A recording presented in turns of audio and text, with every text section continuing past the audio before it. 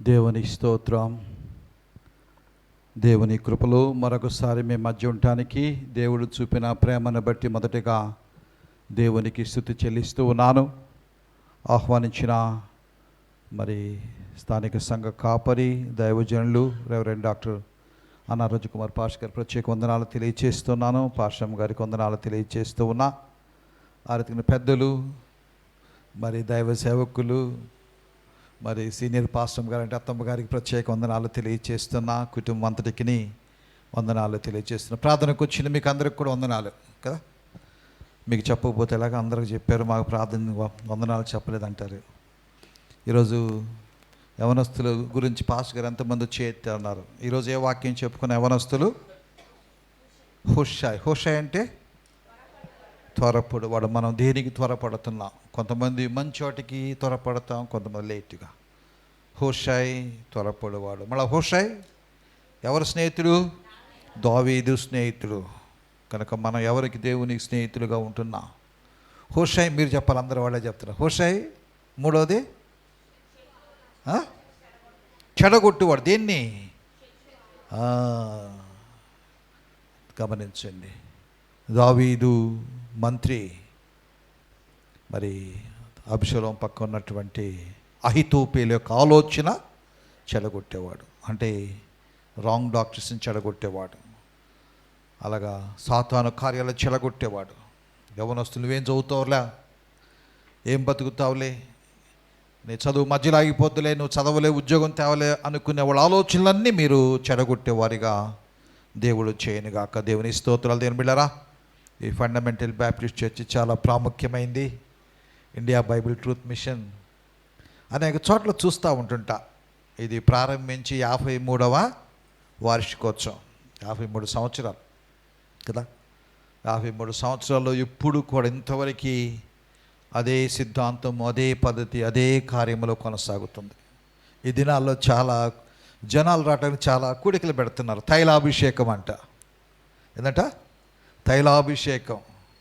రకరకాల పేర్లు పెట్టి, ప్రభువుతో ఒక రాత్రి ఏదో రకరకాల పేర్లు పెట్టి మరి రకరకాలుగా చేస్తూ ఉన్నారు. అయినప్పటికీ ప్రారంభంలో ఎలాంటి ఫండమెంటల్ అనే ఒక పునాది మీద కట్టబడిందో ఈరోజు వరకు దాన్ని విడిచిపెట్టకుండా దేవుడే ఈ యొక్క పునాదికి మార్గదర్శకుడిగా నడిపిస్తూ ఇంతవరకు ఈ పరిచర్య కొనసాగటం అనేది చాలా సంతోషం. 50, 52, 53 తర్వాత 60, 70, 80, 100 సంవత్సరం ఇప్పుడు మనకు తెలియదు. ఎప్పుడు 100వ వార్షికోత్సవం మనం చూస్తాం, చూడలేము మనం. కానీ జాషువా చూస్తాడు, జాషువా కొడుకు చూస్తాడు కదా. జాషువా కొడుకు ఇప్పుడు పాస్టర్ గారు జాషువా లాగా సహాయం చేస్తున్నాడు. జాషువా యొక్క కుమారుడు చూస్తారు. ఆమేన్ చెప్పండి అందరూ. ఆమేన్. దేవునికి మహిమ కలుగును గాక. ఈరోజు కొన్ని మాటలు ధ్యానం చేద్దాం. మరి ఇప్పటి వరకు శ్రేష్టమైన మాటలు విన్నాం. దైవ సేవకులు మరి ఆ ప్రాంతంలో, లంబడి ప్రాంతంలో పరిచర్య చేస్తా మరి దేవుని చేత బలంగా వాడబడుతుంది. దేవుడు మంచి పాట విన్నాం, చాలా సంతోషము. మరి ప్రభు కృపను బట్టి మరి ఆ లంబడి ప్రాంతం, మురికిమళ్ళ తండ, ఎర్రగొండపాలెం ప్రక్కన అనేక తండాలు అక్కడ ప్రాంతంలో పరిచర్య జరుగుతూ ఉంది. చాలా సంతోషం. ఆ ప్రాంతాల్లో దైవ సేవకులు బాగా వాడబడటం చాలా సంతోషమని దేవుని పేరట మనం చేస్తూ ఉన్నా. ఈ సమయంలో దేవుని వాక్యంలో కొన్ని మాటలు వెళ్ళే ముందుగా, ప్రజలకి ఒక్కొక్కరు ఒక్కొక్క హ్యాబీ ఉంటుంది, ఒక్కొక్కరు ఒక అలవాటు ఉంటుంది. చదువుకునే పిల్లలకి ఒక క్రికెట్ కావచ్చు, ఉద్యోగం చేసే వాళ్ళకి సాయంకాలం వాకింగో, బ్యాడ్మింటనో కదా ఉండొచ్చు. కొంతమంది స్త్రీలు వాకింగో లేకపోతే స్కిప్పింగో కొన్ని ఉండొచ్చు. కొంతమంది కొన్ని హ్యాబీస్ ఉంటాయి, అలవాట్లు. ఆ రీతిగా ఒక వ్యక్తి 1972, 80 ఆ సంవత్సరాల్లో ఒక వ్యక్తి, తన 1979 సంవత్సరంలో ఒక వ్యక్తి, తను క్యాన్రాయిడ్ అనే ఒక వ్యక్తి, తన ఒక హాబీ ఉంది. అదేమి హాబీ అంటే ఫిషింగ్, చేపలు పట్టడం అనేది ఒక హాబీ ఆయనకి. చేపలు పట్టడానికి మరి దూర ప్రాంతంలో ఒక నది దగ్గరికి వెళ్ళాడు. చేపలు పట్టడానికి వెళ్ళి ఆ రోజు చేపలు పట్టడానికి ఆ యొక్క గాలం వేసి ఎన్నో ప్రయత్నాలు చేశాడు. ఒక్క చేపళ్ళ ఆ రోజంట ఆ నదిలో నీళ్లు కొంచెం లోపలికి వెళ్ళినాయంట. ఎందుకు వెళ్ళినాయో తెలియదు. ఇంకా బయటికి వస్తూ ఉన్నాడు. ఏది నీళ్ళు ఈరోజు ఆటుపోటు వాళ్ళ లోపలికి వెళ్ళిపోయిన అనుకున్నాడు. వస్తూ ఉన్నాడు. ఆ ఇసుక పక్కన ఒక 4-5 కేజీలు ఒక రాయి కనిపించింది. డిజైన్ బాగుంది. ఆ రాయిని చూశాడు. ఇదేదో చాలా బాగుంది, మట్టి మట్టిగా కలర్గా కనపడటం అని చెప్పేసి ఆ రాయి ఇంటికి తీసుకొని వచ్చి ఆ రాయిని ఇంటి దగ్గర తలుపుకి స్టాప్గా ఒక రాయి పెట్టాడు. అక్కడ డోర్ స్టాపర్గా ఒక రాయి పెట్టాడు. ఆ రాయి అంటే మనం పాత ఇళ్లప్పుడు తలుపులు తట్టుకుంటూ ఉంటే ఇంత గుణకరాలు పెడుతుంటాం, ఆ తలుపులు పడిపోకుండా డోర్ స్టాపర్గా పెట్టాడు ఆ రాయి. రోజు దినచర్య చేసుకుంటా పోతున్నాడు. 1 సంవత్సరం అయిపోయింది, 2 సంవత్సరాలు అయిపోయింది, 3 సంవత్సరాలు అయిపోయింది. రోజు అక్కడ రాయి ఉంటుంది, డోర్ స్టాపర్గా పనిచేస్తూ ఉంది. 4వ సంవత్సరం అట్లా జరుగుతున్న టైంలో వాళ్ళ ఫ్రెండ్ ఇంటికి వచ్చాడు. వాళ్ళ ఫ్రెండ్ ఇంటికి వచ్చి చూసి, అరే ఇదేదో రాయి క్రొత్తగా ఉంది, ఇదేదో వింత రాయిలాగా ఉంది, చాలా మంచిది అనుకుంటే రాయి చూసి, ఒకసారి ఈ రాయిని జ్యువెలరీ షాపు బంగారపు కొట్టు దగ్గర వెళ్ళి చూయించరు ఒకసారి అన్నాడు. ఒరే ఎప్పుడో చూడటం ఎందుకు కదా, ఈరోజు వచ్చావు కదా వెళ్దాం మన ఇద్దరు కలిసి బజార్కి వెళ్ళిపోయారు. ఆ బంగారపు కొట్టు దగ్గర చూపించారు రాయిని, డోర్ స్టాపర్గా పెట్టిన రాయి, తలుపుకు ఇద్దాడు పెట్టిన ఆ రాయి చూసి ఆయన బాగా చూసి, ఈ రాయి మంచి రాయి, ఇది మీకు ఎక్కడన్నా దొరికిందా, మీ ఇంట్లో పూర్వీకులు ఉంచారా ఎప్పుడు అని అడిగి, ఇది మాకు అమ్ముతావా అని అడిగారు ఆ రాయిని. వీళ్ళు అన్నారు ఏంటి అడుగుతున్నారు, అయితే ఎంత ఇస్తావు అని అడిగారు. దాదాపుగా 4-5 అంటే 1802వ సంవత్సరం జరిగిన కార్యం, దాదాపుగా 200 సంవత్సరాల క్రితం. ఎంత ఇస్తామని అడిగితే, అయ్యా దీని రేటు అని మన ఇండియన్ కరెన్సీ ప్రకారంగా మీరు నమ్మండి నమ్మకపోండి 3 లక్షలు ఇస్తాను అంటే 200 సంవత్సరాల క్రితం ఎంత, 3 లక్షలు. ఇప్పుడు కోట్లలో ఉంటుంది ఒక విధంగా చెప్పాలంటే. ఆశ్చర్యపోయారు. మళ్ళా రాయి తెచ్చి ఏమన్నా డోర్ స్టాపర్గా పెడతాడా, భయం, ఎవరైనా తీసుకుపోతారేమో. 3 ఏళ్ల నుంచి అక్కడే ఉంది, అప్పుడు భయం లేదు. చూడండి, అంటే ఒక శ్రేష్టమైనది దాని విలువ తెలియటంలా. చాలా వాటికి శ్రేష్టమైన దేవుడు మనకిస్తున్నాడు. కుటుంబాన్ని కావచ్చు, వస్తువులకు కావచ్చు, స్నేహాన్ని కావచ్చు, భార్య కావచ్చు, భర్త కావచ్చు, ఎవరైనా కావచ్చు, శ్రేష్టమైన వాటిని దేవుడు ఇస్తుంటే దాని విలువ తెలియక చాలామంది వ్యర్థం చేసుకుంటూ ఉన్నారు. విలువ తెలిసినప్పుడు బాధపడుతున్నారు. ఈరోజు జ్ఞాపకం చేసుకుందాం దేవుళ్ళారా, దేవుడు మనకి మంచి బైబిల్, మంచి సహవాసము, మంచి కూడికలు, ఎంతో విలువైన వాటిని దేవుడు ఇస్తున్నాడు. విలువైన వాటిగా గమనించకుండా వారి ఇష్టానుసారంగా జీవిస్తూ వారి జీవితాలు ముందు కొనసాగుతూ ఉన్నాయి. బిల్లీ సండే అని ఒక వ్యక్తి ఉన్నాడు అమెరికా దేశంలో, మంచి సేవకుడు బిల్లీ సండే.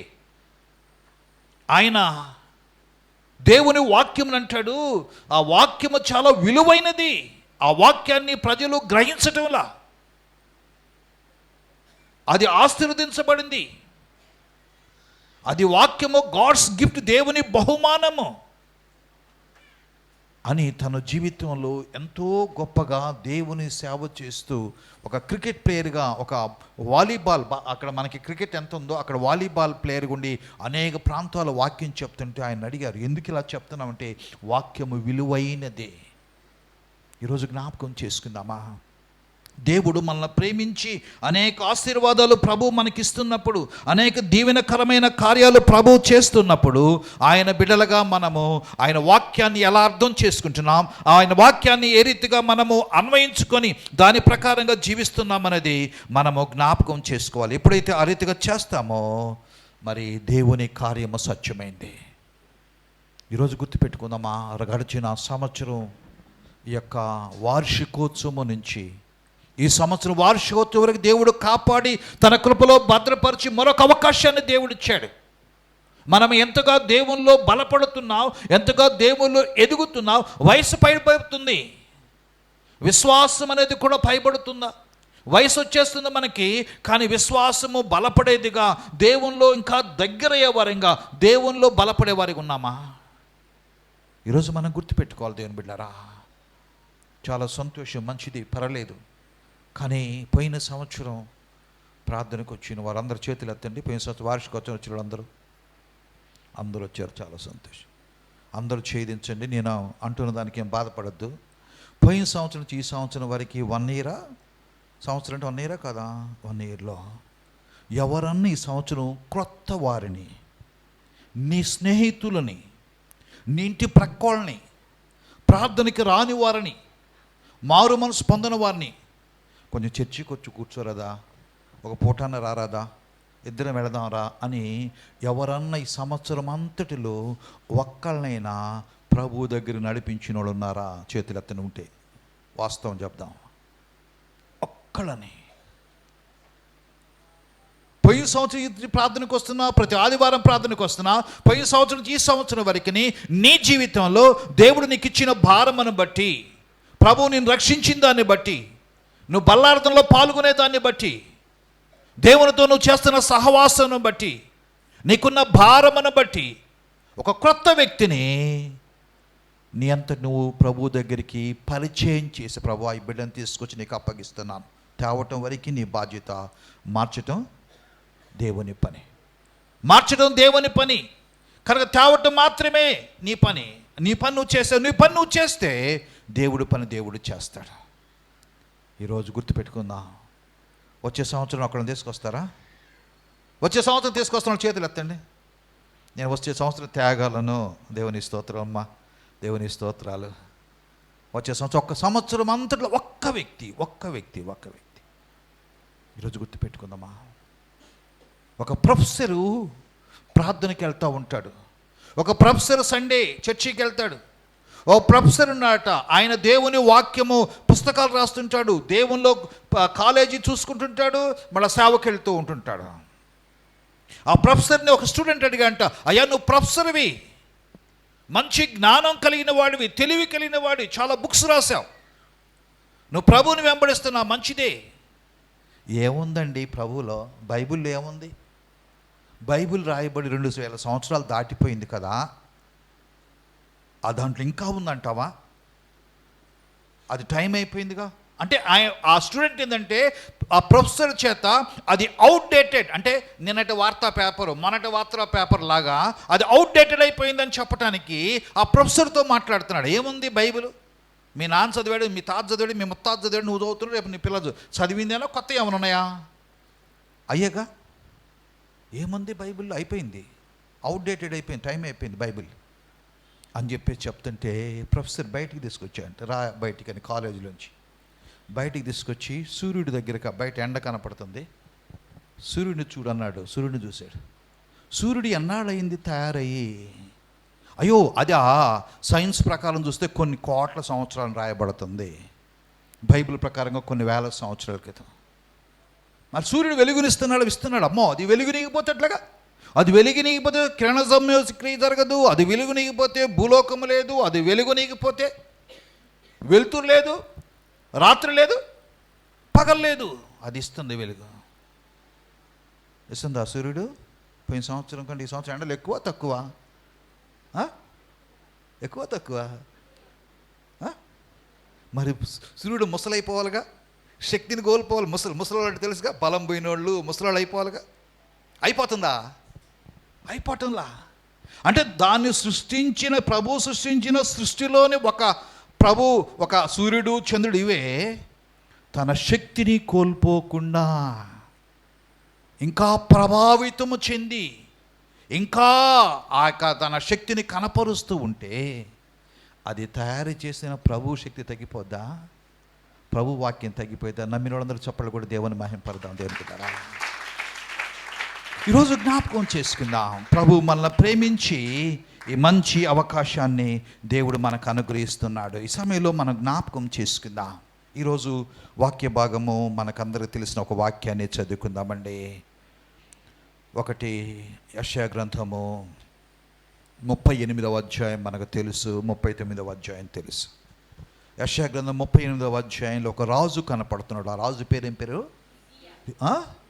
హిజ్కియా రాజు కనపడుతున్నాడు. హిజ్కియా రాజు మరణము దాకా వెళ్ళాడు. దేవుడు కాపాడాడు, మనకు తెలుసు. ఎన్ని సంవత్సరాలు ఆయుష్ ఇచ్చాడు? 15 సంవత్సరాలు. అవన్నీ మనకు తెలుసు. ఈరోజు నేను ఆ వాక్యములో ఒక మాట చెప్పాలని ఆశపడుతున్నా. ఎందుకంటే దేవుడు మనల్ని దీవిస్తూ జ్ఞాపకం చేసుకుంటున్నాడు. దేవుని కృప మనకి సమీపంగా ఉంది. గత ఒక నెల క్రితమే ఈస్టర్ గుడ్ ఫ్రైడే జరుపుకున్నాం కదా. ఈస్టర్ గుడ్ ఫ్రైడే యేసు ప్రభును సిలువ వేశారు. యేసు ప్రభును సిలువ వేసినప్పుడు కుడివైపు ఒక మంచోడా చెడ్డోడా? దొంగ, ఎడమవైపు దొంగ. మనకు తెలుసు, అనేకసార్లు సండే స్కూల్ నుంచే నేర్చుకుంటున్నా. కుడివైపు దొంగ ఎంత దూరంలో ఉన్నాడో ఎడమవైపు దొంగ కూడా అదే దూరంలో ఉన్నాడు. కానీ ఒక దొంగ, కుడివైపున దొంగతో ప్రభు అన్నాడు, నేడు నీవు నాతో కూడా పరదేశంలో ఉంది. నేడు నువ్వు నాతో అన్నాడా లేదా? నా మాటలా దేవుని మాట అన్నాడుగా. చూడండి, అంతకుముందు రాత్రి ప్రభుతో పాటు ఆ తీర్పు ఆ స్థలములో, ఆ జైల్లో, ఆ స్థలములో ఉన్నాడు దొంగ. అంతకుముందు రాత్రంతా, ఉదయము 9 గంటల నుంచి మధ్యాహ్నం 3 గంటల వరకు ప్రభుతో సిలువలో ఉన్నాడు. సాయంకాలం 3 తర్వాత వీసా వచ్చినట్టుంది, ప్రభుతో పాటు అక్కడికి పరదేశికి వెళ్ళిపోయాడు. వెళ్ళాడా?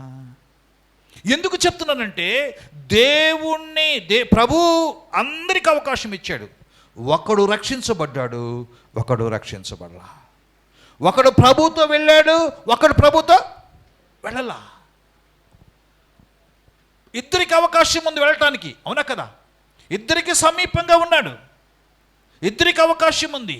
ఒక అవకాశాన్ని ఒకడు వాడుకున్నాడు, మరొకడు వాడుకున్నాడు. ఈ దినాల్లో గుర్తుపెట్టుకుందాం, దేవుడు మనందరికీ శ్రేష్టమైన దీవెనలు, శ్రేష్టమైన ఆశీర్వాదాలు, ఆయన రాజ్యానికి వెళ్ళటానికి ప్రతి ఒక్కరికి అర్హత అన్ని సమృద్ధిగా అందరికి ఇచ్చాడు. ఆయన పక్షపాతం లేని దేవుడు.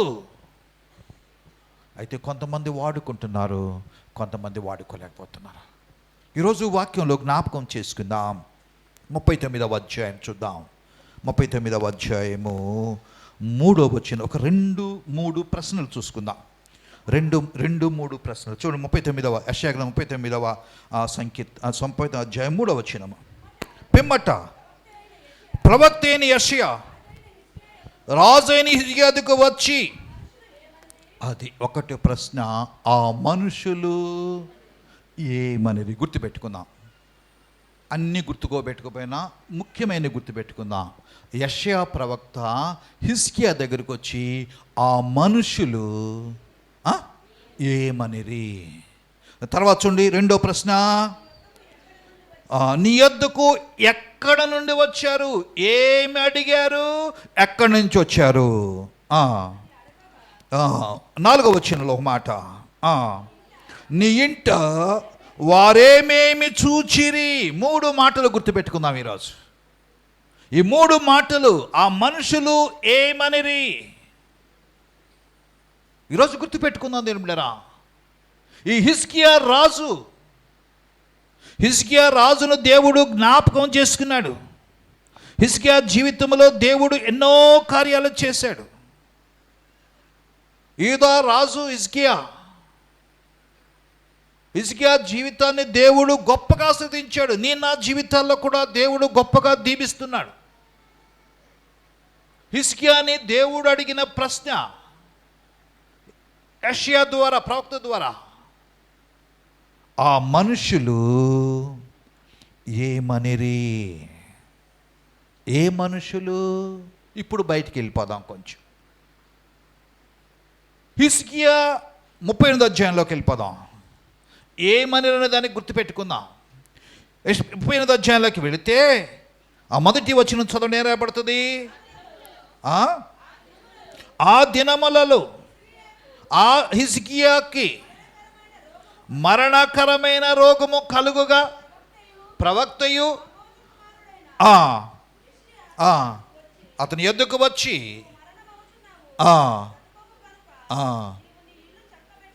చూడండి ఏమంటాడు ప్రారంభంలో, 38వ అధ్యాయం ప్రారంభంలో ఏమంటాడు? స్టార్టింగ్ ఏముంది? ఆ దినములలో.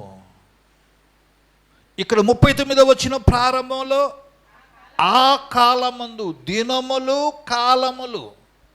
దినమన్నా ఒకటే. దినమంటే చనిపోయిన దినం కాదు. దినాలకు పోయి ఇచ్చావా, దినాలన్నా తినకూడదు, దినాలకు పోతే రాకూడదు, అసలు దినాన్ని పోకూడదు. ఆ దినం కాదు ఈ దినం. దినం అంటే డే, కాలం అంటే మనకు తెలుసు. బైబిల్లో దినములని రాయబడ్డాయి, కాలములని వ్రాయబడ్డాయి. దినాలు అని ఎప్పుడు రాయబడుతుంటే సాడ్, దానికి గుర్తుగా దినములు. ఆ దినముల యందు, హేరోదు దినముల యందు యేసు పుట్టిన పిమ్మట తూర్పు దేశపు జ్ఞానులు అంటాడు 2వ అధ్యాయంలో మత్తయి సువార్త. ఆ దినములు, ఎందుకంటే ఆ దినాలు భయంకరంగా ఉన్నాయి. హేరోదు రాజు పరిపాలిస్తున్నప్పుడు ఆ దినాలు భయంకరంగా ఉన్నాయి కాబట్టి అప్పుడు పరిపాలన భయంకరంగా ఉంది కాబట్టి అది దినములను రాయబడ్డాయి. ఈరోజు గుర్తుపెట్టుకుందాం దేవుని బిడ్డరా, కాలమన్నీ కూడా ఒక హ్యాపీనెస్కి, ఒక నిరీక్షణకు, ఒక ఆశీర్వాదానికి గుర్తున్నప్పుడు ఆ కాలమందు మోషే పుట్టెను, తన తండ్రి ఇంట 3 నెలలు పెంచబడిన. ఆ కాలం అంటే మోషే కాలం. ఒక మంచి జరగబోతుంది. హిజ్కియాకి మరణకరమైన రోగం వచ్చింది కాబట్టి, వేదన దిగులు కాబట్టి కాలం అని రాయకుండా ఆ దినముల యందు మోషే ఏమైందంట, అక్కడ ఆ దినముల యందు హిజ్కియాకు మరణకరమైన రోగము కలుగుగా. ఒకసారి వచ్చాడు మోషే, హిజ్కియాతో మాట్లాడు. హిజ్కియా యూదా దేశపు రాజు. యూదా దేశపు రాజులంటే అబ్రహాము వంశం వాళ్ళే పరిపాలిస్తూ ఉన్నారు. దేవునికి ప్రత్యేకమైన గురి ఉంది. ఇశ్రాయేలు రాజుల కంటే యూదా రాజుల మీద దేవుని గురి ఉంది, దేవుని ఉద్దేశం ఉంది, దేవుని ప్రణాళిక, దేవుని టైం టేబుల్ ఉంది. ఈ రాత్రి నీ జీవితంలో కూడా దేవుడు ఒక టైం టేబుల్ ఉంది నీకు. నువ్వు ఎలా ఉండాలి, నీ బిడ్డలే ఎలా ఉండాలి, ఎక్కడ చదవాలి, ఏం చేయాలి. నువ్వు దేవుని చేతికి వచ్చావు కాబట్టి, నువ్వు మందిరానికి వస్తున్నావు కాబట్టి, ఆయన మీద ఆధారపడ్డావు కాబట్టి, ఎప్పుడు ఎక్కడ ఎలా జరగాలో అప్పుడు అక్కడ జరిగేటట్టుగా దేవుడు సమస్తాన్ని సానుకూలపరిచాడు. దేవుని బిడ్డలారా, అదే హిజ్కియాకు మరణకరంగా వచ్చి వేడ్చి ప్రార్థన చేశాడు. మనకు తెలుసు అక్కడ వాక్యంలో. దేవుడు ప్రార్థన ఆలకించి మళ్ళా యెషయాను పంపించాడు. యెషయా వచ్చి అంటాడు, నీ ప్రార్థన దేవుడు అంగీకరించాడు, నీ ప్రార్థన విన్నాడు, నీ ప్రార్థన అంగీకరించాడు. ఇంకనూ ఏంటంట 15 సంవత్సరాల ఆయుష్ ఇచ్చాను. చప్పట్లు కొడుతూ ప్రార్థన చూద్దామండి. ఒక మంచి కార్యమా కాదా చెప్పండి? దేవుడు ఒక మంచి పని చేశాడా చేదా? చేశాడు. హిజ్కియా జీవితంలో ఒక మంచి కార్యం ప్రభువు చేశాడు. ఒక మంచి స్వస్థత అనొచ్చు, ఒక మరణము నుంచి బయటకు వచ్చిన సంఘటన కావచ్చు. దేవుడు కాపాడాడు. ఆ కాపాడిన తరువాత 15 సంవత్సరాల ఆయుష్ వచ్చిన తరువాత ఇప్పుడు 39వ అధ్యాయంలో రాయబడిన మాట చూడండి. 39 రాయబడుతుందంటే, ఆ కాలమందు, చదవండి అమ్మా,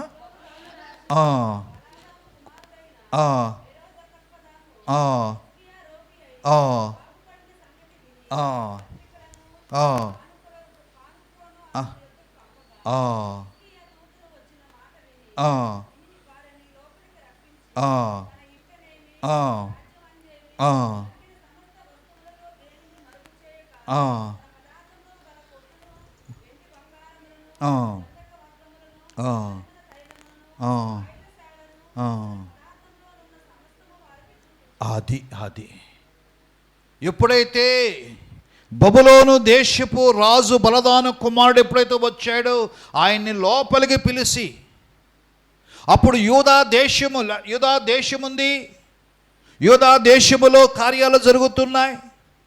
దేవుని కృపను బట్టి అక్కడ అనేకమైన కార్యాలు జరుగుతున్నాయి. అప్పుడు అషూరు సామ్రాజ్యం ఉంది. అషూరు సామ్రాజ్యము యూదా దేశం మీద అధికారం చెలాయిస్తుంది. అషూరు సామ్రాజ్యము కొనసాగుతున్న సమయంలో అషూరు వారు కష్టపెడుతున్నారని ఈ యొక్క హిజ్కియా బబులోను వైపు మొగ్గు చూపాడు. బబులోను ప్రభుత్వం వైపు మొగ్గు చూపాడు. సన్హెరేబు అనే రాజు ఆ యొక్క అషూరు సామ్రాజ్యానికి అధిపతిగా ఉన్నాడు.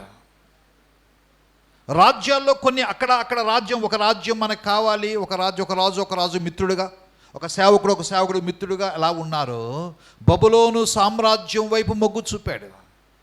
ఇక్కడ ఒక మాట మనం జ్ఞాపకం చేసుకోవాలి. ఏం మాట జ్ఞాపకం? హిజ్కియా అంటే అర్థము యెహోవా నా బలము. He is my strength, God is my strength. దేవుడే నా బలము, దేవుడే నా బలమును పెట్టుకున్నటువంటి హిజ్కియా ఇప్పుడు ప్రభుత్వాలు మారుతున్నప్పుడు బబులోను దేశపు బలం కావాలి, బబులోను దేశం బలం కావాలి. బబులోను రాజు తనంతట తాను తన దూతలను పంపించాడు. ఎందుకు పంపించాడు? ఆయన హాస్పిటల్ నుంచి లేకపోతే దేవుని స్వస్థ పొందాడు కాబట్టి, హిజ్కియా రాజు బాగుపడ్డాడు కాబట్టి హిజ్కియాను చూసిరండి అని బబులోను దేశపు రాజు పంపించాడు. ఈరోజు గుర్తుపెట్టుకుందాం, వస్తే ఆయనకి ఏం చూపించాడంట? రాగానే అక్కడ రాయబడ్డ లిస్ట్ ఉంది, 2వ వచనం అంతా కూడా. తన ఇంట రాజ్యమునందేమి, తన ఇంట సమస్త వస్తువులు దేన్ని మరుగు చేయక, తన పదార్థములు కొట్టులు, వెండి, బంగారము, గంధకము, పరిమళ తైలము, ఆయుధశాల, తన పదార్థములు ఉన్నవన్నీ సమస్తమును చూపించెను. చూపించిన తర్వాత 3వ వచనంలో పిమ్మట ప్రవక్త యెషయా రాజైన హిజ్కియా వద్దకు వచ్చి, ఆ మనుషులు ఏమని? ఫస్ట్ ప్రశ్న. ఒకరోజు ప్రభువు నన్ను నిన్ను అడుగుతాడు, ఆ మనుషులు ఏమనిరి? ఏ మనుషులు? బబులోను దేశము నుంచి వచ్చిన మనుషులు. అక్కడ రాయబడ్డ మాట. బబులోను అంటే ఎక్కడి నుంచి వచ్చారంటే కింద వచ్చిన చూడండి, ఒక మాట అంటారు. ఏమంటారు? నీ వద్దకు ఎక్కడి నుంచి వచ్చిరండి అని అడుగుగా, హిజ్కియా బబులోను దూర దేశము నుండి వారు. ఎక్కడి నుంచి వచ్చారంట? దూరదేశము. ఈరోజు గుర్తుపెట్టుకుందాం దేవుని బిడ్డరా, ప్రభు ఆయన్ని హిజ్కియాను అడిగిన ప్రశ్న ఏమంటున్నాడు అక్కడ? ఆ మనుషులు ఏమన్నారు? ఏ మనుషులు? దూరము నుంచి వచ్చిన మనుషులు. దూరమున. బైబిల్లో చాలా వచనాలు ఉన్నాయి, సమయం 9 దాటిపోయింది, రెఫరెన్స్ చూపించింది. కానీ దూరమున ఉన్నది అంటే అక్కడ వాక్యానుసారంగా కొన్ని అర్థాలు ఏం కనపడుతుంటే, దేవుని ఎరగని ప్రాంతము. లోకాసు వార్తలో మనకు మాట కనపడుతుంది. ఏ వాక్యం కనపడుతుంది? చదవద్దు, కానీ తప్పిపోయిన కుమారుడు గురించి వ్రాస్తూ ఏమంటే, అతడు దూర దేశమునకు వెళ్ళి కదా, తండ్రిలో ఆస్తి పంచుకు ఎక్కడికి వెళ్ళాంట? దూర దేశమునికి వెళ్ళిపోయాడు. అక్కడ అనేకమైన పనులు చేశాడు, ఇష్టానుసారంగా జీవించాడు. పందులు తినే ఆహారం కూడా దొరకలేదంట దూరదేశంలో ఉన్నప్పుడు. దూరదేశం ఇక్కడ దేవుని వాక్యలో చాలా అందరు చూస్తే దేవునికి దూరమైన దేశము, దేవునికి వెలుపల ఉన్న దేశము, దేవుని దగ్గర లేని దేశము, దేవుని దగ్గరగా లేని ప్రజలు, దూరముగా ఉన్న ప్రజలు, దేవుని కృపకు దూరముగా ఉన్న ప్రజలని అర్థం. ఆ దూరం నుంచి వచ్చిన వారితో వచ్చి హిజ్కియాతో మాట్లాడి వెళ్ళిపోయిన తర్వాత, ఏ వ్యక్తి అయితే నువ్వు చనిపోతున్నావు ఇల్లు చక్కబెట్టుకొని చెప్పాడో ఫస్ట్ వచ్చి, రెండోసారి చెప్పాడు నీవు ఇంకా 15 సంవత్సరాలు ఆయుష్ అని చెప్పాడు, అదే వ్యక్తి మళ్ళీ 3వసారి వచ్చి చెప్తున్నాడు. ఏమంటున్నాడు తెలుసా? ఆ మనుషులు ఏమన్నారు? నిన్ను చూచి ఏమన్నారు? ఒకరోజు నేను అడుగుతారమ్మా, సహోదరి సోదరుడా, దూరమున నిన్ను చూసి ఏమడిగారు? నిన్నేమడుగుతున్నారు? ఏమడిగారు? ఆదికాండం 11వ అధ్యాయంలో ఒక మాట కనపడి 4వ వచనంలో చదవద్దు, కానీ రెఫరెన్స్ చాలా ఉన్నాయి. 11:4 అంటాడు, వారు మనము భూమి యందంతలో చెదిరిపోకుండా ఒక పట్టణము కట్టి, ఆకాశమంత శిఖరం కట్టి, ఒక గోపురము కట్టి పేరు సంపాదించుకుందాము రండని వారు అనుకుంటున్నారు. మనుషులు రకరకాలుగా అనుకుంటుంటారు. వాళ్ళు అనుకుంటారు, నేను ఇది చేస్తాను, అది చేస్తాను, గోపురం కడతాము, అందరూ వెళ్ళటం ఎందుకు, ఇక్కడే ఉందాము, ఇన్ని రకరకాలుగా అనుకుంటుంటారు. ఈరోజు నీ జీవితంలో కూడా నిన్ను కూడా చాలామంది ఏమనుకుంటున్నారో నాకు తెలియదు. ఒక ఆమె అంటున్నారు, అమ్మో ఆమె ప్రార్థనకు పోతుందన్నా, ఆ మానుకుంటే మేమందరం వస్తాం. ఎవరంట? ఆ ప్రార్థనకు పోతున్నా మానుకుంటే మేము వస్తాం. ఎందుకంటే ఆ ప్రార్థన వరకే, ఆ మందిరం వరకే ముసుగేసుకుని కూర్చున్నది, మందిరం వరకే ఉంటుంది. బయటికి వస్తే ఆమె మాటలు నన్ను అడగొద్దన్న, నేను ఆమె కోపం మీద చెప్పడంలా, ఎవరినైనా అడుగు, ఆమె గురించి చెప్పే సాక్ష్యమా. ఈరోజు గుర్తుపెట్టుకో, నీ గురించి, నా గురించి, మన గురించి ప్రభు అన్నాడు, నీవు వారు ఏమనిరి, నిన్ను గురించి వారు ఏమనిరి, నిన్ను గురించి వారు ఏమనుకుంటున్నారు? మత్తయి సువార్తలో ఒక మాట ఉంచండి. ఒకళ్ళ మత్తయి సువార్త ఏంటి, ఒకళ్ళ మార్కు సువార్త ఏంటి, ఒకరు లూకా సువార్త ఏంటి. మత్తయి సువార్త 8:27 ఒకటి తీయండి. మత్తయి 8:27 తీయండి. మార్కు 4:41 ఒకటి తీయండి. చదవమ్మా. ఆ మనుషులు ఆశ్చర్యపడి, అంటే యేసు ప్రభు ఆయన శిష్యులందరూ పడవలో వెళ్ళిపోతూ ఉన్నారు. తుఫాన్ వచ్చింది. అయ్యా మేము నశించిపోతున్నాం, నీకు చింత లేదన్నారు. ప్రభు లేచి ఆ సముద్రమును, ఆ యొక్క ప్రకృతిని గద్దించాడు. అది నిమ్మడం అయిపోయింది. అప్పుడు అంటున్నారు, ఏమంటున్నారు? ఆ మనుషులు ఆశ్చర్యపడి, ఈయన ఎట్టివాడు, ఈయనకు గాలియు సముద్రమును, అది అనుకుంటున్నారు. వాళ్ళు అనుకుంటున్నారు, అయ్యా ఈయన ఎలాంటోడండి, అసలు స్వస్థతలు చేస్తున్నాడు, నీటిని ద్రాక్షరసంగా మారుస్తున్నాడు, ఎన్ని చేస్తాడు, ఈ చేయటం అరుదు, ఎవరు చేయలేరు, కానీ ఈయన చేస్తున్నాడు. దేవుని కృప ఉండబట్టి, వెళ్తే దేవుడు ఉండబట్టే దేవుని దూతేమో రకరకాలుగా అనుకున్నారు. ఇప్పుడు ఈ చేయటం కాదు, ప్రకృతి, ఆకాశము, గాలి, సముద్రం, అది ప్రకృతి. ఈయన ఈ చేయటం మాత్రం కాదు, ప్రకృతి మీద కూడా అధికారం ఉందా అని వారు ఏం చేశారంట? ఆశ్చర్యపడిరి. లూకా సువార్త చూడండి ఏమంటే, మార్కు 4:41 చూడండి, అదే మాట చాలా. వారు మిక్కిలి భయపడి, 8 లూకా 8:25, వారు మిక్కిలి భయపడి, ఈయన ఎవరో, గాలియు సముద్రమును ఈయనకు లోబడుతున్నవని ఒకరితో ఒకరు చెప్పుకొనిరి. ఈరోజు నీ గురించి, నా గురించి ఎంతమంది ఏం చెప్పుకుంటున్నారండి?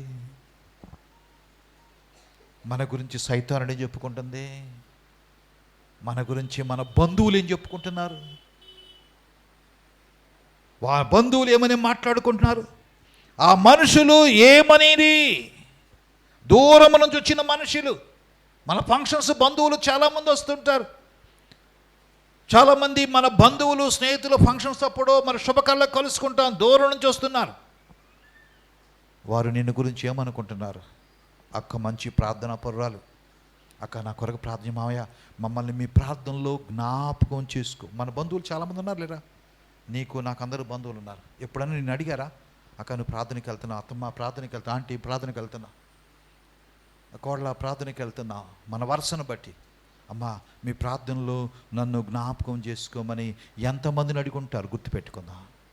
నేను అడగాలి, నీ ప్రార్థనలో గుర్తుపెట్టుకొని అడగాలి, మా గురించి ప్రార్థన చేయమని అడగాలి. ఎప్పుడు అడుగుతారంటే, నీ సాక్ష్యాన్ని బట్టి, నీ జీవితాన్ని బట్టి, నీ నడవడికను బట్టి, నీ పరిస్థితిని బట్టి అడుగుతారు. వారు ఏమనిరి, ఎందుకన్నాడు? భయంకరమైన మరణ, ఆ రోగం అంట. అక్కడ అంటాడు వాక్యంలో హిజ్కియాతో, నువ్వు మరణమవుతున్నావు, నీవు బ్రతకవు. ఆ రోగం పేరే మరణం, దానికి మరొక అవకాశం లేదు.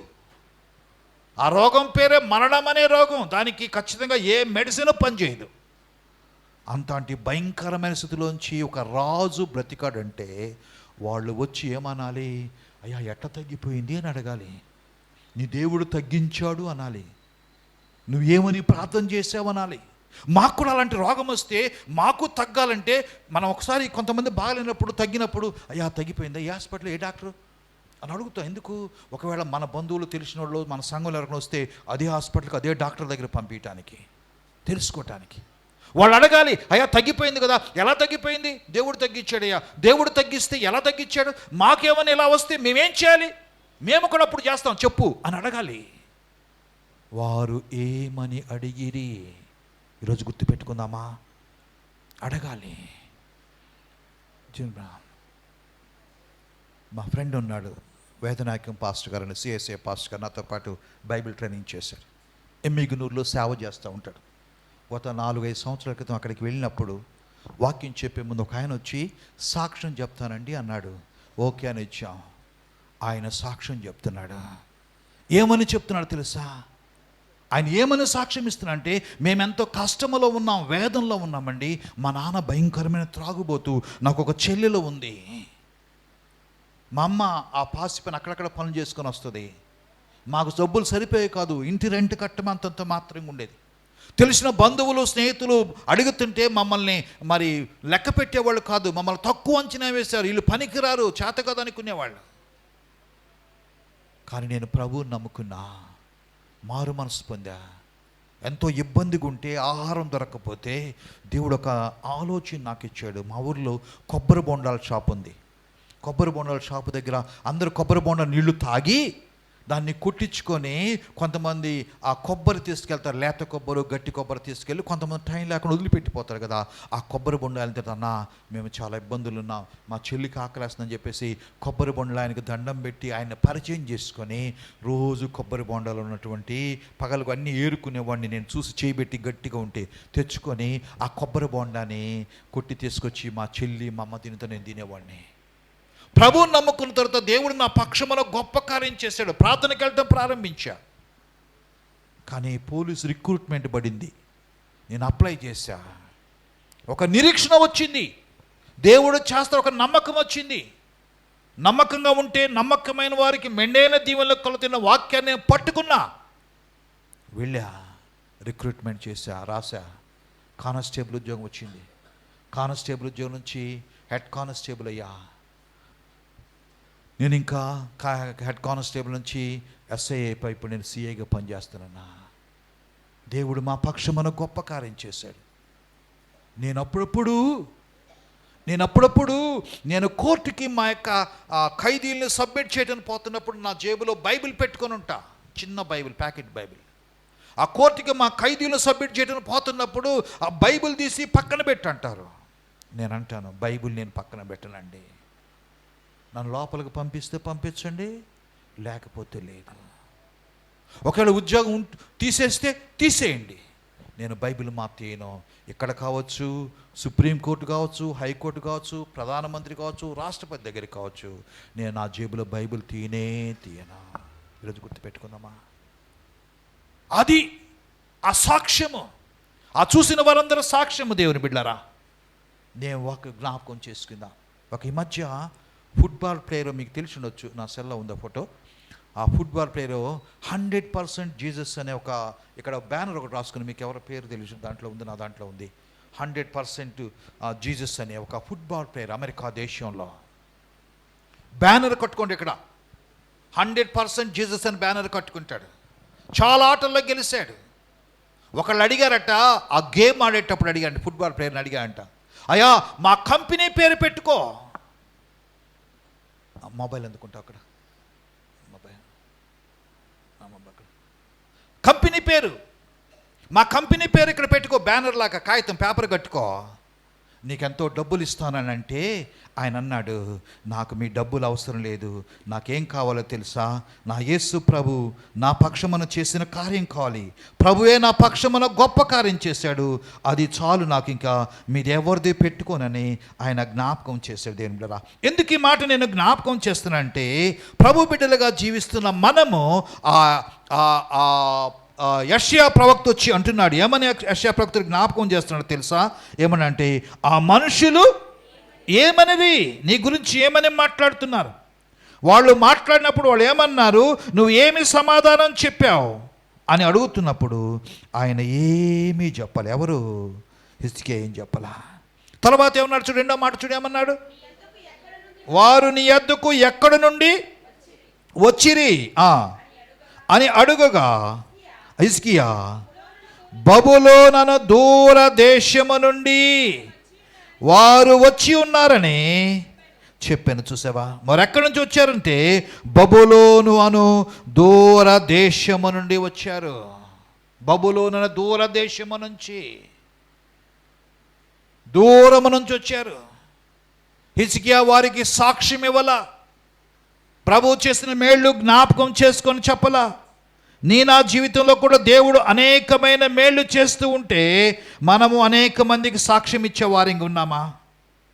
హిజ్కియాకి ఎలాగా మరణంలోంచి దేవుడు కాపాడాడు, శ్రమలోంచి ఎలా కాపాడాడు, ఇబ్బందుల్లోంచి దేవుడు ఎలా కాపాడాడు, నా జీవితంలో దేవుడు ఎన్ని మేళ్ళు చేశాడు గుర్తుపెట్టుకోండి.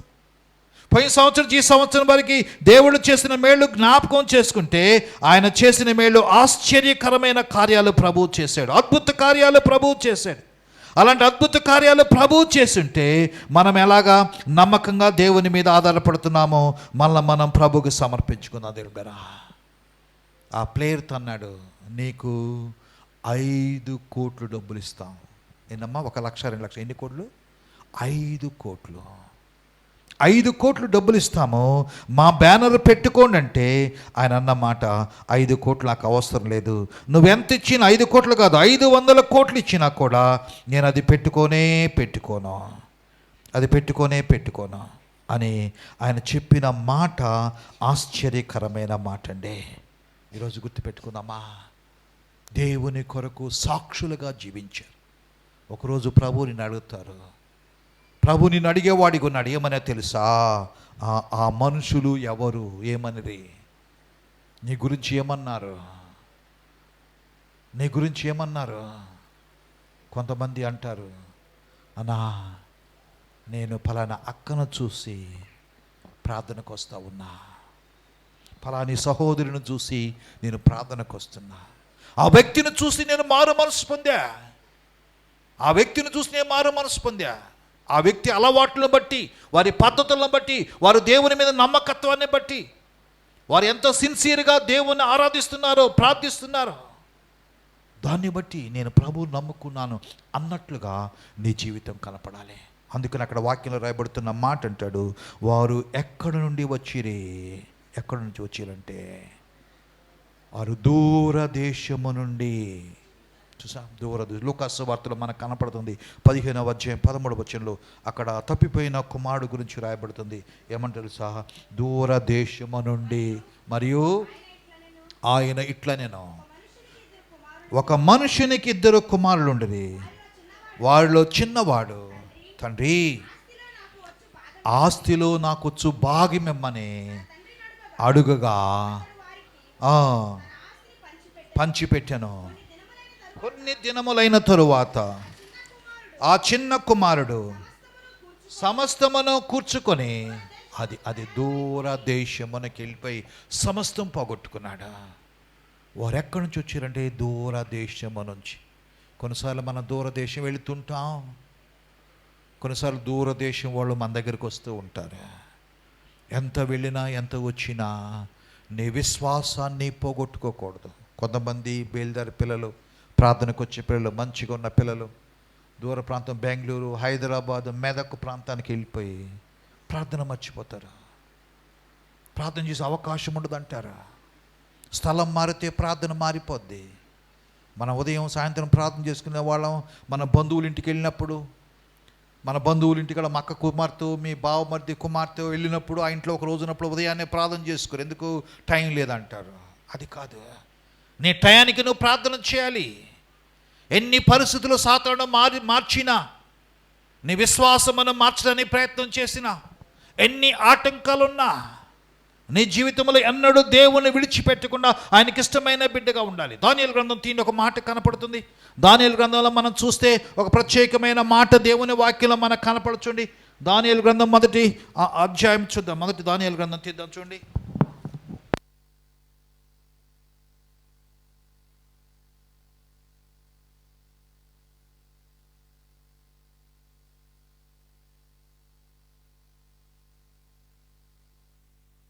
మూడవ సంవత్సరమున బబులోను రాజుగు నెబుకద్నెజరు యెరూషలేము మీదకు వచ్చి ముట్టడి వేయగా, అక్కడ యూదా రాజ్యములో నుంచి కొంతమంది బాలులను తీసుకొని పోయిన సంగతి తెలుసు. వాళ్ళ పేర్లు షడ్రకు, ఏమంటారు, మేషకు, అబేద్నెగో అంటాం. కానీ అక్కడ రాయబడ్డ మాట చూడండి, వారిని ఎక్కడ 4వ వచనంలో కనపడుతుంది. ఇశ్రాయేలు రాజవంశములో ముఖ్యులై లోపము లేని సౌందర్యమును, సకల విద్యా ప్రావీణ్యమును, జ్ఞానము కలిగే తత్వజ్ఞానం తెలిసిన వారే రాజనగరందు నిలువతగిన కొందరు బాలు రప్పించి కల్దీల విద్యను, భాషను వారికి నేర్పుము. ఏ భాష అంట? కల్దీల భాష. యూదా దేశం మీద ఒకరోజు బబులోను దేశపు రాజు వచ్చాడు, నెబుకద్నెజరు. అక్కడ బబులోను దేశాన్ని స్వాధీనం చేసుకొని అక్కడ లోపము లేని మంచి జ్ఞానము కలిగి తత్వజ్ఞానం కలిగిన కొంతమందిని తీసుకెళ్లారు. వాళ్ళు కొంతమంది మనకు కనపడుతున్నారు. వారికి ఏ భాష అంట? కల్దీయుల భాష. కల్దీయుల భాష అంటే ఏంటి? అబ్రహాము కాలములో ఆదికాండం 11వ అధ్యాయము చూడండి, ఆదికాండం 11వ అధ్యాయములు 12వ అధ్యాయంలో దేవుడు అబ్రహామును పిలిచాడు. నేను చూపించే దేశానికి రా అని దేవుడు అబ్రహామును పిలిచాడు. అబ్రహామును పిలిపించక మునుపు 31 వచనం 11:31 తెరహు తన కుమారుడు అబ్రహామును తన కుమారుడు అనగా హారాను కుమారుడు లోతును తన కుమారుడు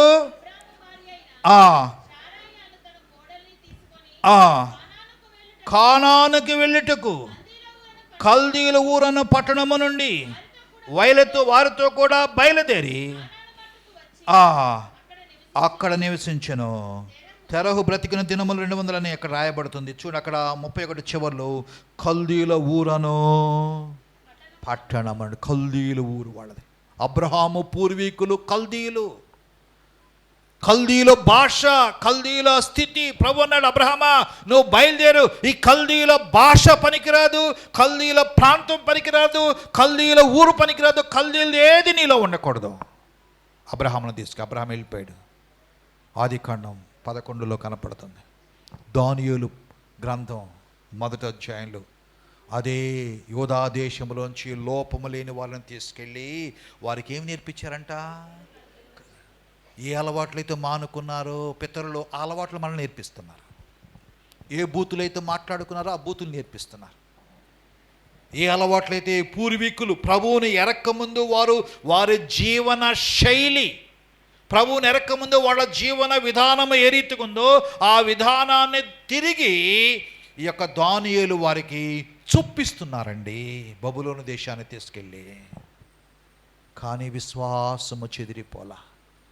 ఎన్ని చొప్పించినా అక్కడ వాక్యంలో ఒక మాట ఉంది, మనం త్వరగా ముగించుకుందాం. దానియేలు గ్రంథంలో చూడండి ఏమని రాయబడుతుందో తెలుసా? చదువుతేండి ఇందాక. మరియు తాను భుజించు ఆహారమును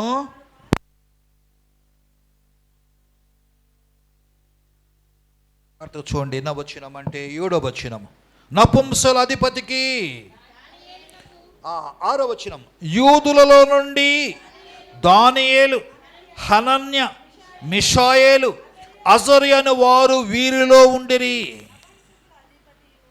వారు తీసుకొచ్చిన వారు పేరు దానియేలు. తర్వాత ఏమంటాడు? హనన్య, మిషాయేలు, అజర్య. దానియేలు అనే మాటకు అర్థము ఏంటంటే దేవుడు న్యాయాధిపతి అని అర్థము. హనన్య అనే మాటకు అర్థము దేవుడు కృపగలవాడు. మిషాయేలు అనే మాటకు అర్థము హూ ఈజ్ గాడ్, దేవుడు ప్రేమించేవాడని. అజర్య అనే మాటకు అర్థము గాడ్ ఈజ్ మై హెల్పర్, దేవుడే సహాయము. వాళ్ళ పేర్లు, వాళ్ళ అర్థాలు. నపుంసకుల అధిపతికి అప్పచెప్పారు. బిడ్డని జాగ్రత్త చూడయా, మంచి జ్ఞానం కావాలి. ఇక్కడ ఖచ్చితంగా కల్దీల విద్య కావాలి. కల్దీలు అంటే పూర్వీకులు, అంటే వీళ్ళు ప్రభువుని నమ్ముకోకముందు ఎలా జీవించారో అలవాట్లన్నీ ఇప్పుడు రావాలి. ఎందుకంటే యూదులు ధర్మశాస్త్రాన్ని పాటిస్తారు, యూదులు 10 ఆజ్ఞలు పాటిస్తారు. యూదులు ఎప్పుడు కూడా 10 ఆజ్ఞలు పాటించకుండా ఉండరు. టోరా ధర్మశాస్త్రాన్ని ఆచరించేవారు. వీళ్ళ ధర్మశాస్త్రం ఇప్పుడు వద్దు, వీళ్ళకి పాత అలవాట్లు నేర్పించండి అని ఏం చేస్తే నపుంసకుడికి అప్పచెప్తే 7వ వచనం చూడండి.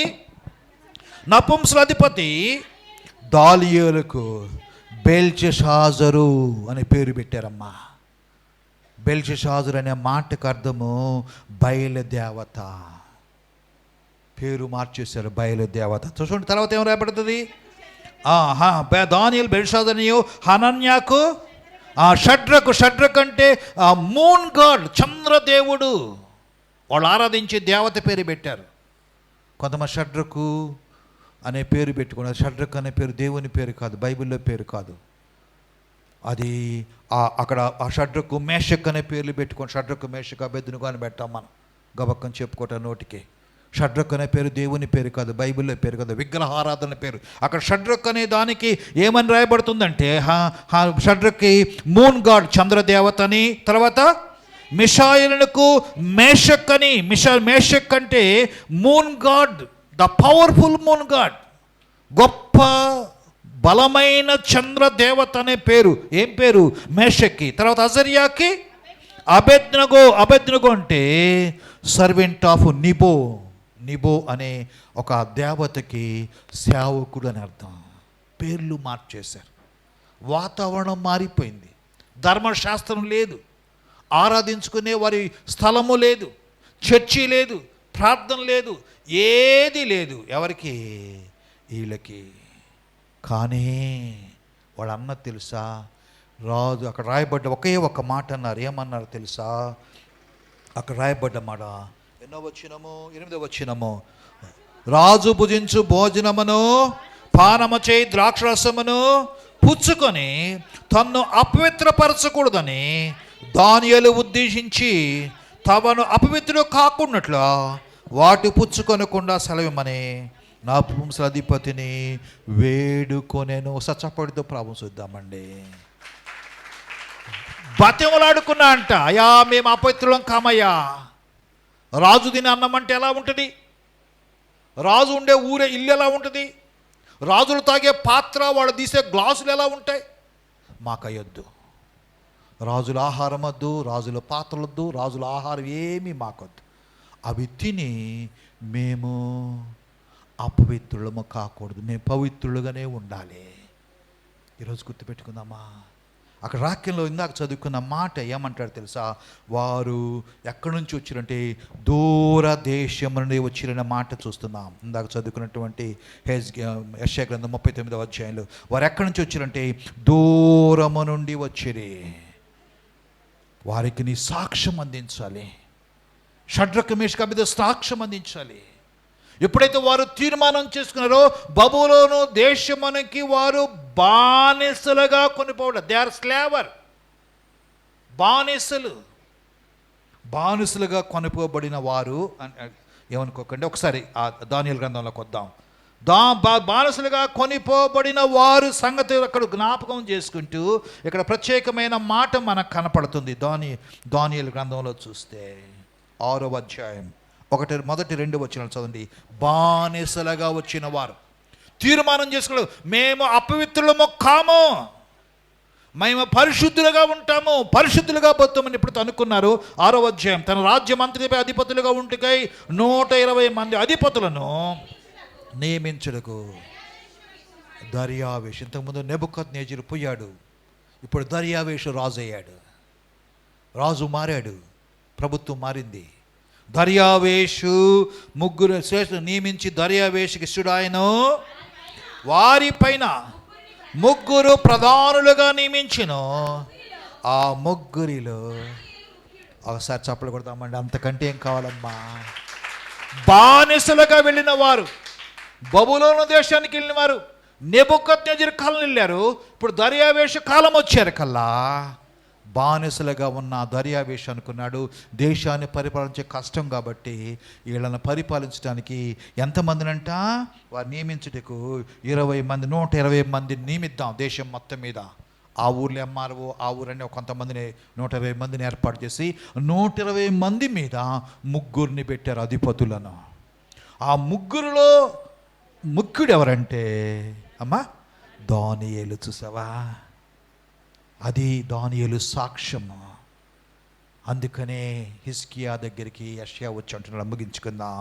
ఏమని జ్ఞాపకం చేస్తున్నాడు? ఇప్పుడు యెషయా గ్రంథం 38-39వ అధ్యాయం. ఆ కాలమందు ఆయన బబులోను దేశం వస్తే అక్కడ ఏమని రాయబడుతుందో తెలుసా? ఒకే ఒక్క మాట మరి అక్కడ రాయుతుంది, వారు ఆ మనుషులు ఏమనిరే. మొదటిగా ఏమన్నారు వాళ్ళు వచ్చి? నేను చూసి ఏమన్నారు? దానికి సమాధానం లేదు. తర్వాత ఏమన్నారు? వాళ్ళు ఎక్కడి నుంచి వచ్చారు? వాళ్ళ దూరం నుంచి వచ్చారయ్యా. వచ్చిన వాడికి నేను అన్నీ చూపించా, ఏది మరుగు చేయకుండా అంటాడు అక్కడ వాక్యంలో. 3వ వచనంలో మరుగు చేయకుండా ధనం, బంగారం, వెండి చూపించాను. రాజుగా చూపించకూడదు ఏం తెలుసా? ఆయుధశాల. ఆయుధశాల అంటే వాళ్ళ యొక్క వెపన్స్, అంటే రాజుకుండే పవర్, రాజుకుండే శక్తి, రాజుకుండే మందుగుండు సామాగ్రి, అవి కూడా చూపించాడు. అన్నీ చూసి వాళ్ళు వెళ్ళిపోయారు. వెళ్ళిపోయిన తర్వాత ఎప్పుడైతే హెజ్కియా ఇక్కడ మాట్లాడుతున్నాడు చూడండి, నేంట వారేమేమి చూచిరనగా ఇవన్నీ చెప్తున్నా, పదార్థం దేని మరుగు చేయకుండా అన్ని సమస్తమును నేను వారికి చూపించాను. 5వ వచనం చూడండి ఏమన్నాడు? అంతటా యెషయా హిజ్కియా తిట్లను రాబో దినములో ఏమీ మిగలకుండా నేంటున్న సమస్తమును నేటి వరకు దాచిపినంతయు బబులోను పట్టణమునకు ఎత్తుకొని పోదురని సైన్యములుగా దేవుడు సెలవిస్తున్నాడు. నువ్వు దేవుణ్ణి గణపరచలేదు కాబట్టి. ఇది నేను బ్రతికి ఉండటం దేవుని కృపండి. 15 సంవత్సరాల ఆయుష్ అంటే మామూలుగా ఉంది, అది దేవుడు ఇచ్చాడు. ఈ మాటేరాలా, కృతజ్ఞత కలిగిన వచ్చిన మేరాలా. దేవుడిచ్చిన ఆస్తిని చూపిస్తున్నాడు, కానీ ఆస్తికి కారణభూతుడైన వాడిని చూపించడంలా. ఈ స్థితిలో ఉండటానికి నా గొప్పతనం చూపించుకున్నాడు, కానీ గొప్పతనానికి ఎవరైతే మార్గదర్శకుడైన ప్రభుని చూపించడంలా, మూలకర్తను చూపించడంలా. అప్పుడు దేవుడు యెషయా అన్నాడు, దేవుడు సెలవిస్తున్నాడు, హిజ్కియా రాబోయే రోజుల్లో నువ్వు సంపాదించింది నీ ఆస్తి, నీ సమస్తము నేటి వరకు నీ పితరుల సొమ్ముకు దాని అంతయో బబులోను పట్టణమునకును ఎత్తుకొని పోదురని సైన్య యెహోవా సెలవిస్తున్నాడు. ఈ మాట ఎక్కడ నెరవేరిందంటే దానియేలు గ్రంథం 1వ అధ్యాయంలో. ఇందాక తీసుకుపోయారు చూడు, షడ్రకు అబేద్నెగో వాళ్ళ 1వ అధ్యాయంలో మనకు కనపడుతుంది. అక్కడ 1వ అధ్యాయం చదువుకున్న బబులోను దేశం మీదకి వచ్చి వారి బంగారమును చదవండి ఒక్కసారి, ఒక్క చదువుకు ముగించుకుందాం. ఇక దానియేలు గ్రంథం 1వ అధ్యాయం 1వ వచనం చూడండి. దీని యొక్క పర్యవస్థానమా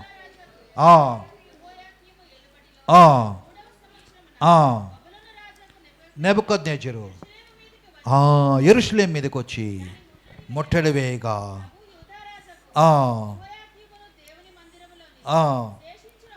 ఉపకరణములను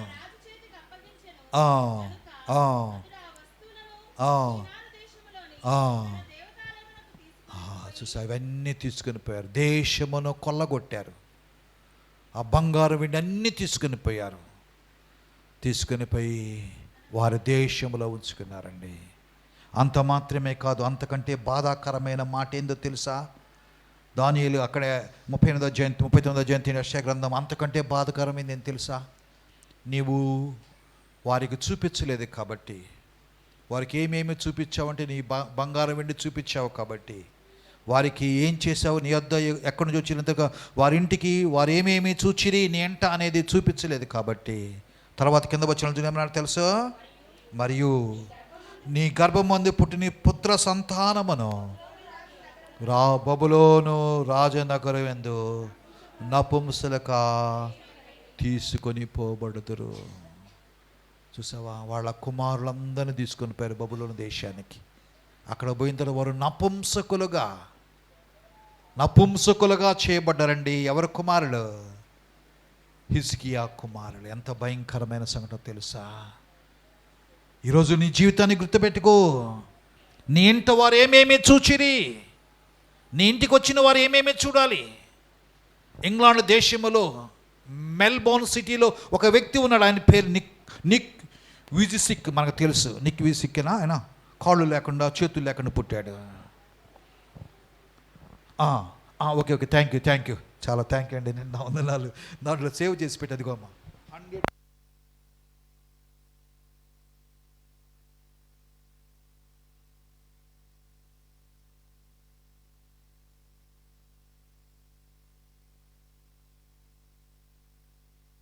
మా ఐస్ క్రీమ్ పేరు లేకపోతే మరొక పేరు పెట్టుకోమంటే 5 కోట్లు ఆ ఆట అయిపోయిన దాకా పెట్టుకుంటే చాలు.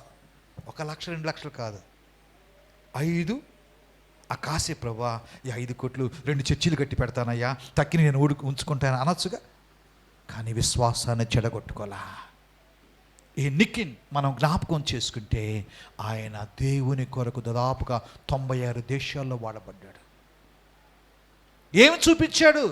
నా దేవుడు నాకు, ఆయన ఒక పుస్తకం ఒకటి రాశాడు. ఏం పుస్తకం అంటే లైఫ్ వితౌట్ లిమిట్స్ అనే పుస్తకం రాశాడు. Life without limits. గొప్ప పుస్తకం రాశాడు. దేవుని కొరకు వాడబడ్డాడు. 2 కాళ్ళు లేవు, 2 చేతులు లేవు, పుట్టాడు ఆయన. 2012లో పెళ్ళయింది. 2 కుమారులు, 2 కుమార్తెలు. కుమార్తెలు 2 కూడా కమల పిల్లలు. మన ఈ మధ్యనే ఇండియా కూడా వచ్చేసి గుంటూరులో మా ఫ్రెండ్ ఫోటో తీయించుకున్నాడు ఆయన చేత. గుంటూరులో ఉంటే ఒక 5-6 నెలల క్రితం అనుకుంటా. కాళ్ళు చేతులు లేవు, లెక్కింపలేని స్తోత్రములు ప్రభు అని పాట పాడతాడు.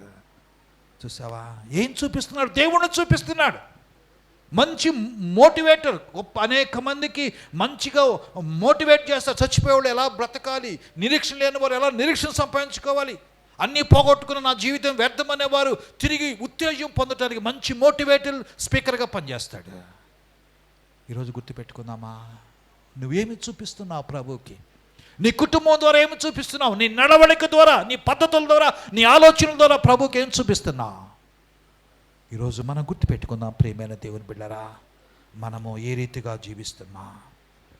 చీమకుర్తిలో ఒక ఎంఆర్ఓగా పనిచేస్తారు ఆశీర్వాదం గారు. నాకు ఒంగోలు వారిది, రిటైర్డ్ అయిపోయారు. మీకు ఎవరు పెద్దోళ్ళకి తెలిసినొచ్చండి ఆశీర్వాదం గారు. మా చీమకుర్తిలో ఉన్న చాలామందికి వైట్ కార్డు, తెల్ల రేషన్ కార్డుల మీద ఆయన సంతకం ఉంటుంది, ఆశీర్వాదం గారని. కొండ దగ్గర ఇల్లు, ఒకసారి ఇప్పుడు వెళ్ళాను, ఇప్పుడు ఎక్కడ ఉంటున్నాడో తెలియదు.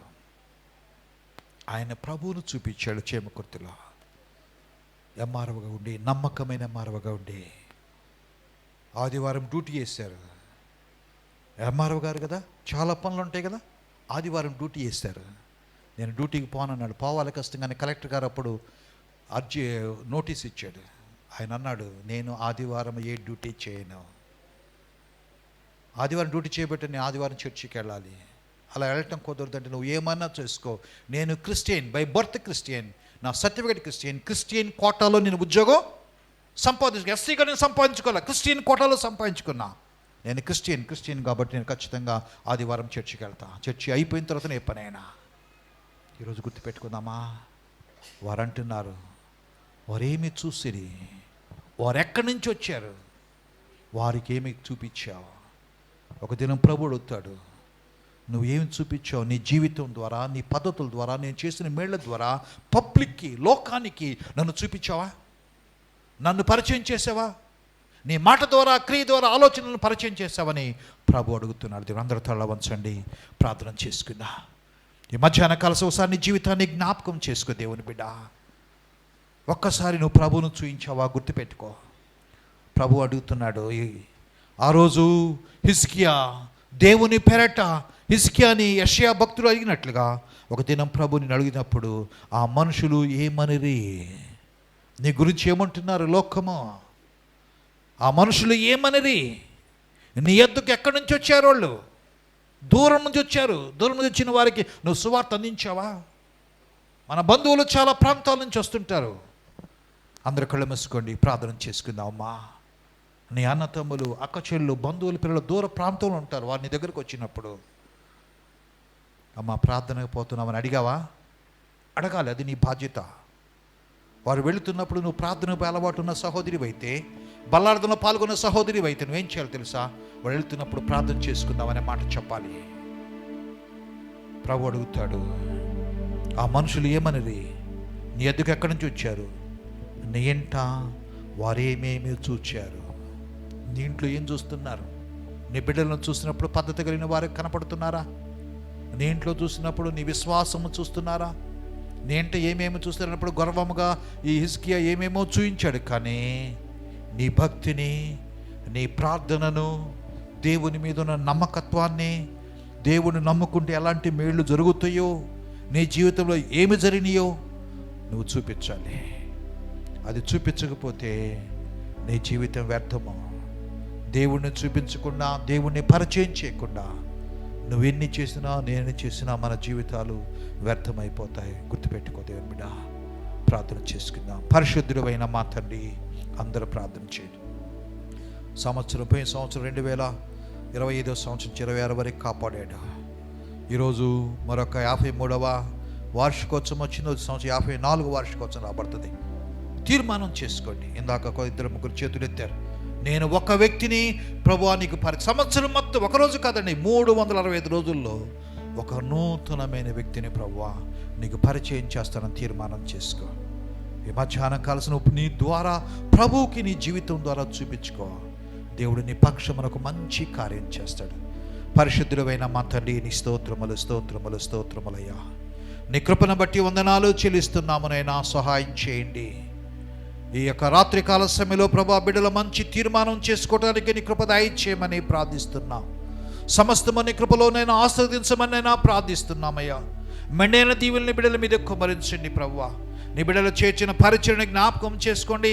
దైవ సేవకులు ప్రభువా ఎంతో భారముతో, కష్టమైన, శ్రమైన, వేదనైనా నిన్ను విడిచిపెట్టుకున్ననేనా నీ ఆరోగ్యము సరిగా ఉన్న, పరిస్థితులు సాలిగా ఉన్న, ఆర్థిక సమస్యలు ఉన్నా, ఏది ఉన్నా అది ఎన్ని ప్రక్కన పెట్టినైనా నిన్ను వెంబడిస్తూనైనా నీ కొరకు బ్రతుకుతూ ఉన్న దాన్ని బట్టి నీకు స్తోత్రాలు చెల్లిస్తున్నామునైనా సహాయం చేయండి. వారి పరిచయను దీవించండి, పాస్టర్ గారిని దీవించండి, చిన్న కుమార్తె, అల్లుడు, మనవరాలను దీవించండి. జోషువా కుమారుడు జోషువాని బట్టి ప్రార్థిస్తున్నాం. రాబోయే దినాలు గొప్ప పరిచర్య చేయబోతుండగా ఆశీర్వదించమని ప్రార్థిస్తున్నాం. వృద్ధాపులైనటువంటి వారి తల్లిగారు, అత్తమ్మగారిని బట్టి ప్రార్థిస్తున్నాము, దీవించండి. సంఘమును బట్టి ప్రార్థిస్తున్నామునైనా సహాయము దయచేయండి. సంఘము దినదినం అభివృద్ధి చెందే భాగ్యం దయచేయండి అయ్యా. హిజ్కియా జీవితంలో ఎన్నో అవకాశాలు ఇచ్చారయ్యా. ముగింపులో తన జీవితంలో నైనా ఎన్నో నష్టపోయాడయ్యా. తన దేశమంతా కొల్ల కొట్టబడింది, ప్రజలు వెళ్ళిపోయారు. తండ్రి, ఈ సమయంలో మేము జ్ఞాపకం చేసుకున్నాం, మేము నీకు సమర్పించుకుంటున్నాం, మంచి తీర్మానం చేసుకున్నాం. నైనా సహాయం చేయండి.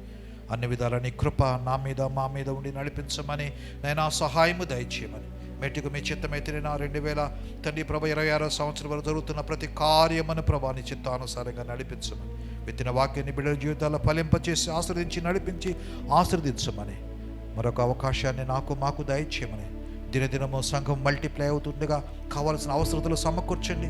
ఇంకా పరిచర్యను దీవించండి. నీ నామ మహిమ ఘనతలకు వాడుకొని నడిపించమని, ముఖ్యంగా మధ్యాహ్నం వచ్చిన యవనస్తులను దీవించి యవన కాలముల బిడ్డలు నీ చేత పట్టబడి నీ కొరకు బ్రతుకుటకు నీ కృప దయచేయమని యేసయ్య శక్తిగల నామమున అడిగి వేడుకుంటున్నాము తండ్రి. ఆమేన్.